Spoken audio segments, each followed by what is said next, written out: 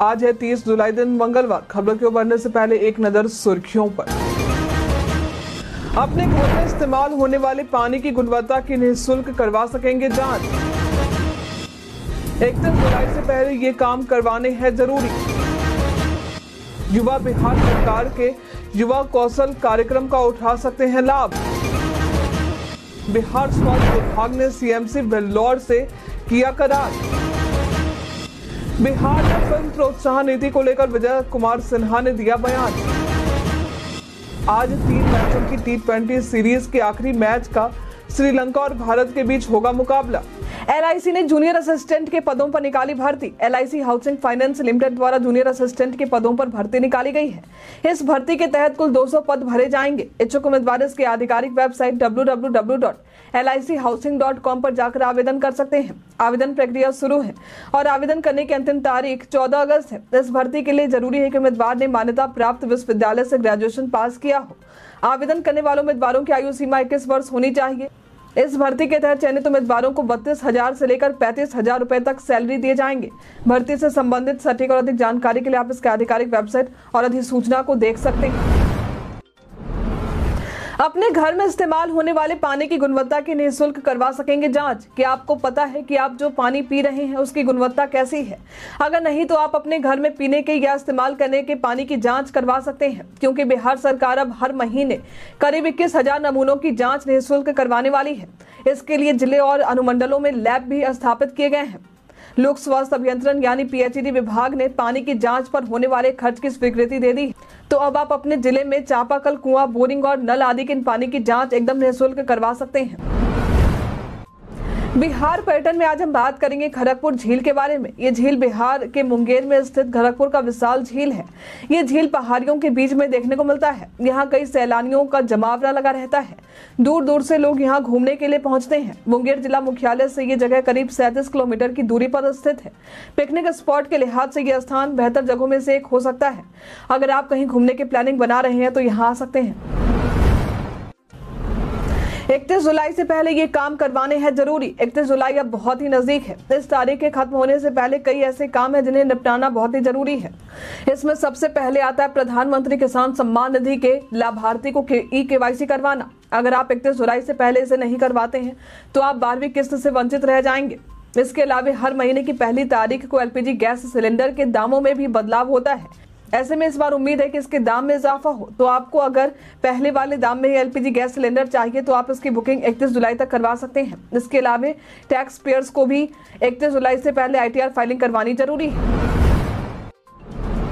Supreme court ने लगातार गिरे पुलों के मामले में बिहार सरकार को जारी किया नोटिस। बिहार सरकार से एक जनहित याचिका पर देश के सर्वोच्च न्यायालय ने जवाब मांगा है। बिहार में कई पुलों के ध्वस्त होने की संरचनाओं की जांच से जुड़ी ये याचिका है, जिस पर DY चंद्रचूड़ की अध्यक्षता वाली खंडपीठ सुनवाई कर रही है। इसमें कहा गया है कि एक विशेषज्ञ समिति का निर्माण किया जाए जिससे कमजोर पुलों की देखरेख और उनके समाधान हो सके। बिहार में लगातार गिरने वाले पुलों के मामले में बिहार सरकार को अदालत द्वारा नोटिस भी जारी किया गया है। आपको बता दें कि इस मामले पर CM नीतीश ने भी 3 जुलाई को मीटिंग बुलाई थी, जहां पुलों के रखरखाव और उनकी जांच पड़ताल से जुड़े मुद्दों पर बात की गई थी। बिहार में फिल्म प्रोत्साहन नीति को लेकर विजय कुमार सिन्हा ने दिया बयान। बिहार में लागू हुई फिल्म प्रोत्साहन नीति को लेकर उप मुख्यमंत्री विजय कुमार सिन्हा ने कहा है कि ये बिहार के लिए गेम चेंजर साबित होगी। उन्होंने कहा कि इस नीति को बिहार सरकार ने पूरी गंभीरता और तत्परता के साथ इसके क्रियान्वयन की दिशा में कदम बढ़ा दिया है। आगे उन्होंने बताया कि सिनेमा शिक्षा, रोजगार, सामाजिक गतिशीलता और देश प्रदेश की छवि निर्माण में निर्णायक भूमिका निभाने वाला कला माध्यम है। फिल्मकारों को अनुदान और सब्सिडी देने के मामले में ये नीति तो देश में सबसे आगे है ही, साथ ही इसमें फिल्म अध्ययन, फिल्म निर्माण, रोजगार और व्यवसाय तथा फिल्म पर्यटन को भी बढ़ावा देने के प्रयास भी शामिल किए गए हैं। बिहार स्वास्थ्य विभाग ने CMC वेल्लोर से किया करार। बिहार सरकार के स्वास्थ्य विभाग ने CMC वेल्लोर के साथ करार किया है। इससे थैलोसीमिया पीड़ित बच्चों के बोन मैरो ट्रांसप्लांट आसानी से हो सकेंगे। बच्चों का bone marrow transplant CMC Vellore में किया जाएगा। PMCH में इसके लिए रजिस्ट्रेशन किए जा रहे हैं। 1 अगस्त को HLA कैंप का आयोजन होगा। ये PMCH के ऑडिटोरियम में PMCH के शिशु रोग विभाग और CMC वेल्लोर की संयुक्त तत्वाधान में किए जाएंगे। इस कैंप के दौरान जो पीड़ित बच्चे होंगे उनके भाई या बहन से खून और बोन मैरो का मिलान होगा। फिर सरकार योग्य बच्चों का चयन करके CMC वेल्लोर भेजेगी। आरक्षण रद्द मामले में सुप्रीम कोर्ट ने पटना हाई कोर्ट के फैसले पर रोक लगाने से किया इनकार। पटना हाई कोर्ट द्वारा बिहार सरकार के 65% आरक्षण देने के मामले को रद्द कर दिया गया था, जिसे लेकर बिहार सरकार द्वारा सुप्रीम कोर्ट पहुंची थी। लेकिन अब सुप्रीम कोर्ट ने भी पटना हाई कोर्ट के इस फैसले पर रोक लगाने से इनकार कर दिया है। हालांकि इस मामले पर सुप्रीम कोर्ट सुनवाई करने को तैयार है। ये सुनवाई अब सितंबर में की जाएगी। आपको बता दें कि शिक्षण संस्थानों और सरकारी नौकरियों में बिहार सरकार ने SC, ST, OBC और EBC के 50% आरक्षण को बढ़ाकर 65% कर दिया था।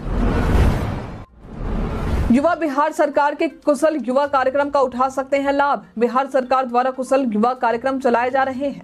ये कार्यक्रम युवाओं के आत्मविश्वास को बढ़ाता है। इस कार्यक्रम के तहत युवाओं को कंप्यूटर के स्मार्ट उपयोग, संवाद कौशल, व्यवहार कौशल प्रशिक्षण कोर्स उपलब्ध करवाए जाते हैं।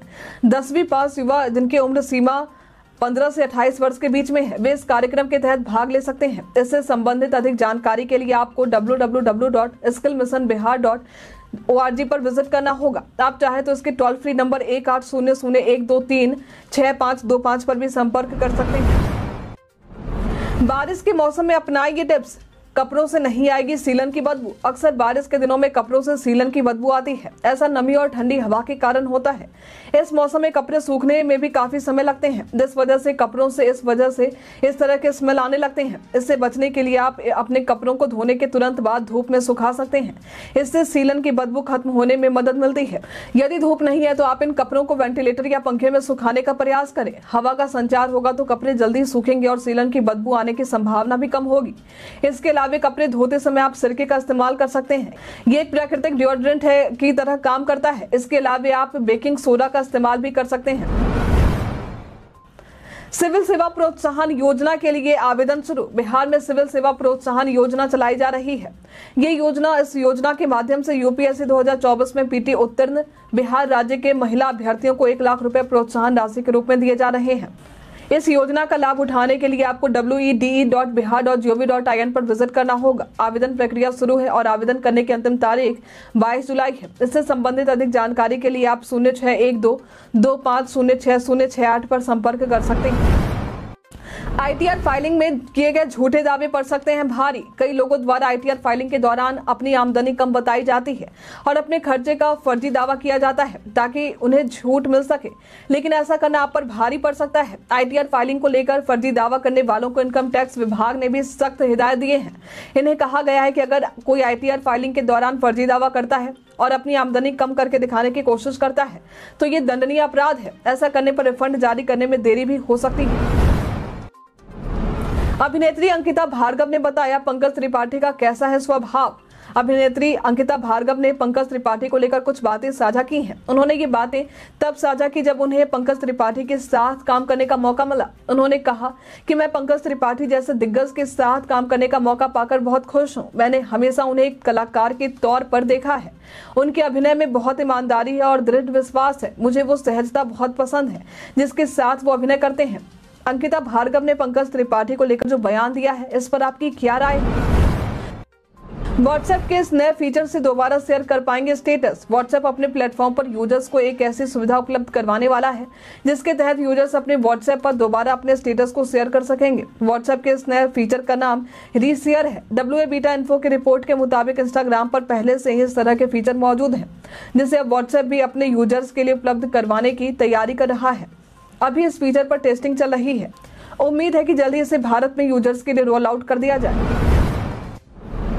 बिहार अग्निशमन विभाग में आग पर काबू पाने के लिए हो सकती है रोबोट की एंट्री। बिहार अग्निशमन विभाग आग पर काबू पाने के लिए रोबोट लाने की तैयारी कर रहा है। आग पर काबू पाने के लिए लाया जाने वाला ये रोबोट समतल जमीन, सीढ़ी और छत पर चढ़कर आग बुझाने में सक्षम है। इसका ट्रायल भी शुरू हो चुका है। ये XCNA 5.0 फायर फाइटिंग रोबोट है। इस रोबोट को रिमोट के जरिए 1 से 2 किलोमीटर की दूरी से भी कंट्रोल किया जा सकता है। ये रोबोट आग और धुएं में फंसे पीड़ित की तस्वीर भी कैप्चर कर सकता है। ये 500 डिग्री के तापमान को भी झेल सकता है।